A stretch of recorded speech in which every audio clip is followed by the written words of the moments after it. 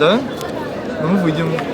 Вот этот художник, он стал рисовать, и у него появилось много заказов. Ну, как он попал в газету «Метро»? Это же, ну, Это газета, планетарная газета. это «Метро» вроде. Да, метро, да, вы правильно и сказали. я о том, что как попасть в газету «Метро». А там есть страница, где вы в любви объясняетесь, Да? где фотографии есть, вот все есть это. А вот это мне понравилось, тем более вы художники, думаю, прям под вас подходит. Это да. почти что про вас. Это прикольно. Мы не только художники, мы много чем еще занимаемся. Детей вы еще не думали заводить? Нет, мы не хотим пока что. Ну, потому что мы хотим сначала, то есть, достичь каких-то успехов в плане материальном.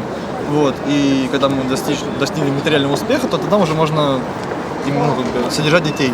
А родители не против вашей связи? Нет, они считают, что мы очень, связь полезна, как бы. Ну, вы в семье каждый по одному, да? Нет, у меня брат есть старший. Ну, я одна.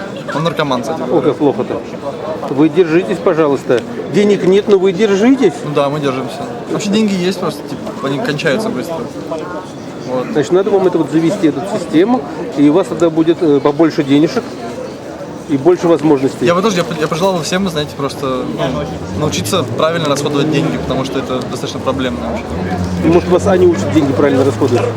Кто? Аня? Да. Нет, ее зовут Яна. Яна, извините. да. Ну, не сказала бы, она наоборот способствует быстрой растрате этих денег. Она любит тратить деньги, покупать себе модные вещи. Вот.